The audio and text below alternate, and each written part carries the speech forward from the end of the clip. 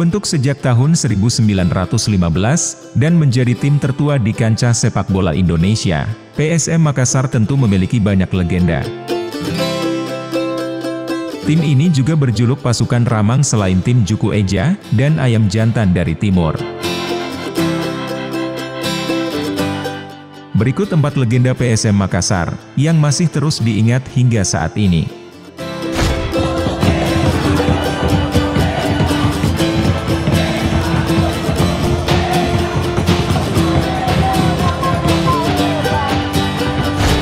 Satu, Ramang. Sampai saat ini kisah tentang Ramang masih sering terdengar di telinga pendukung tim kebanggaan Sulawesi Selatan ini. Pria kelahiran 24 April 1924 itu memulai karirnya sebagai pemain Persatuan Sepak Bola Induk Sulawesi atau Persis, yang merupakan bagian dari Makassar Voet Balbon.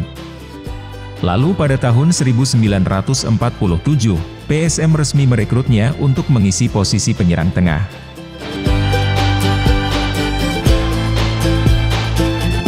2. Roni Patirasarani. Roni Patirasarani merupakan putra Makassar yang memiliki darah Ambon.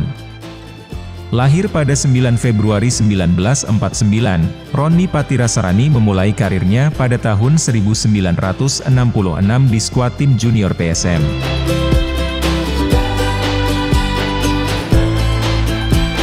Kiprah terbaik Roni bersama PSM terjadi pada Piala Soeharto 1974. Setelah membawa PSM berjaya di Piala Soeharto 1974.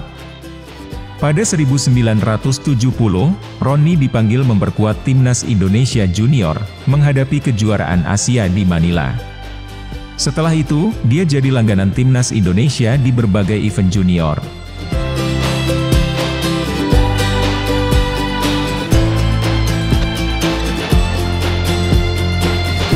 3. Luciano Leandro.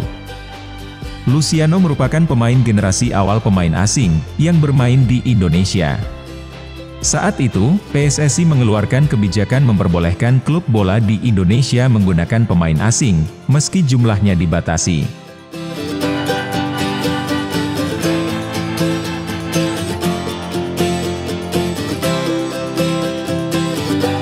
4. Syamsul Bahri Hairudin.